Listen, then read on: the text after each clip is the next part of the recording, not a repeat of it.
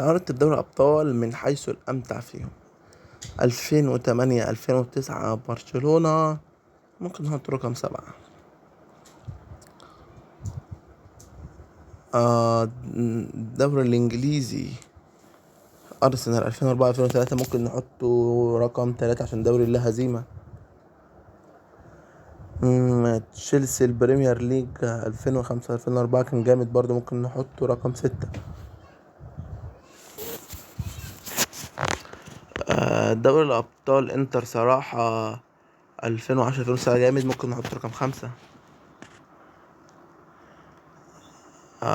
دوري الأبطال 2019 ليفربول 2020، لا ممكن نحط رقم 8، يعني ما كانش فيه الشغف اللي هو بتاع ليفربول.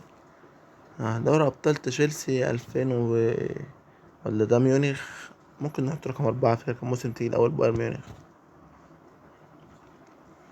المان يونايتد دوري أبطال 2007، طبعا الأسطورة كريستيانو رونالدو، كان موسم عالمي أفضل مواسمه، رقم 2. تشيلسي لا، ولا السيتي، ممكن نحط رقم 9. الميلان 2005 ممكن تحطه رقم 10. طبعا مدريد 2011 2012 كان أقوى موسم في دوري الأبطال، طبعا مدريد حبايبي.